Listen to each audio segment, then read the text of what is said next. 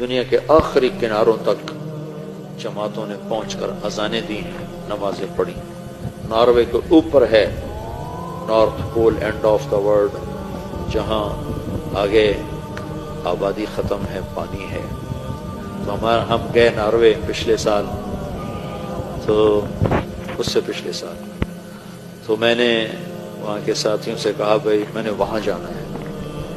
وہ کہنے لگے ہم تو یہاں رہتے ہیں، ہم وہاں کبھی نہیں گئے، تو آپ نے کیا کرنا ہے؟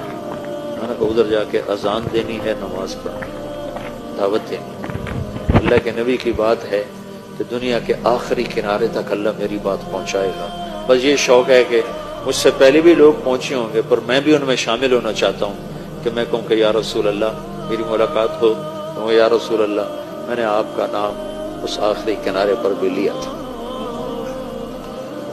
تو وہ پھر مجھے ڈرانے لگے، 2 گھنٹے کی فلائٹ ہے، 4 گھنٹے کی ڈرائیو ہے، آپ تھک جائیں گے۔ میں کہا نہیں جانا ضرور ہے، ہماری ادھر تھی تو نہیں تشکیل پر، میں نے جانا ضرور ہے۔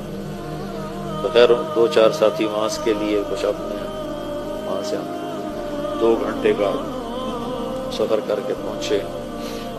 پھر وہاں سے آگے وہاں ایک چھوٹا سا شہر تھا آلٹا، تو میں دیکھ کے حیران ہو گیا کہ بالکل ٹاپ پر ہے، وہاں 2 مہینے سورج نکلتا نہیں، دسمبر جنوری، اور 2 مہینے سورج ڈوبتا نہیں، جون جولائی، یہ 2 مہینے ڈوبتا نہیں۔ تو وہ آلٹا دنیا کا آخری شہر ہے نارتھ میں، وہاں سے روزہ جماعتیں نکلی ہوئی تھی، اور وہاں گشت ہو رہا تھا، اور وہاں تعلیم ہو رہی تھی۔ کون تھے وہاں؟ صومالیہ کے مسلمان۔ صومالین جب نکلے تو مائگریٹ ہوئے تو مختلف جگہوں پہ آباد ہوئے۔ صومالین مسلمان، انہوں نے وہاں مسجد بنائی بڑی خوبصورت چھوٹی سی، وہاں سے روزہ جماعت 3 دن کی جماعتیں نکل رہی تھیں، گشت ہو رہا تھا، تعلیم ہو رہی تھی۔ انہوں نے ہمیں گاڑیاں میں، بھائی تو میرے سامنے بیٹھا کیا کرتا تو میری سن، تو ادھر کیا دیکھ، تو یہاں ٹیچر بن کے بیٹھا ہے کہ میری سننے بیٹھا؟ اچھا پھر میری سن۔ تو وہاں سے انہوں نے ہمیں اپنی گاڑیاں دی، تو ہم وہاں سے 4 گھنٹے مسلسل چلے، اور آخری کنارے پر ایک گاؤں ہے چھوٹا سا، اس کی 1,500-2 ہزار آبادی۔ تو اس میں جو پہلا مسلمان ہمیں ملا، اس نے کہا میرے 10 دن تبلیغ میں لگے ہو۔ پھر وہاں سے ہم آگے 1.25 گھنٹے کا آگے سفر تھا، اس گاؤں سے آگے 1.25 گھنٹے کا سفر تھا۔ تو اس وقت کوئی رات کے 12 بج رہے تھے اور سورج ابھی کھڑا تھا، 4 اگست تھا، تو اگست میں سورج ڈوبنا شروع ہو جاتا، تمہارے پہنچتے پہنچتے سورج ڈوب گیا۔ تو پتہ چلا کہ 25 منٹ کے بعد سورج نکل آئے گا، صرف 20 منٹ اس نے ڈوبنا ہے، پھر نکل آنا ہے۔ تو 20 منٹ میں ہم نے مغرب بھی پڑھنی ہے، عشاء بھی پڑھنی ہے، فجر بھی پڑھنی ہے، تینوں نمازیں پڑھنی۔ وہ ٹائم ہی تھوڑا، اتنی 20 منٹ کی رات تھی، پہلے تو سورج چل رہا تھا، ہم پہنچے تو سورج ڈوب گیا۔ اب وہاں سے پتہ چلا، وہ جو ہمارے ساتھ تھا، وہ جس کے 10 دن لگے تھے، کہ یہ 20-25 منٹ بعد سورج باہر نکل آئے گا۔ تو خیر اتنی شدید ٹھنڈ اور سرد ہوا، میں نے مفلر سے لپیٹا اور گاڑی سے نکل کے دوڑ لگائی۔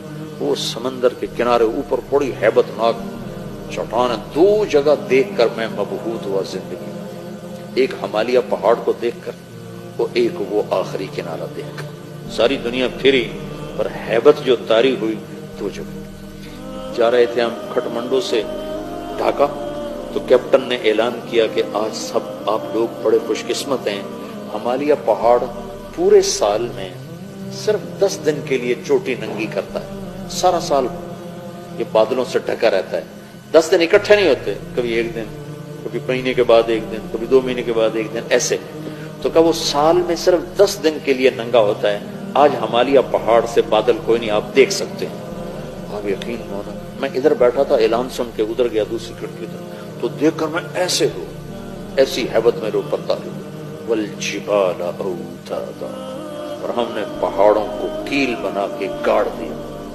اس دن مجھے پتہ چلا کہ جس کے کیل اتنے بڑے ہیں وہ خود کتنا بڑا ہوگا۔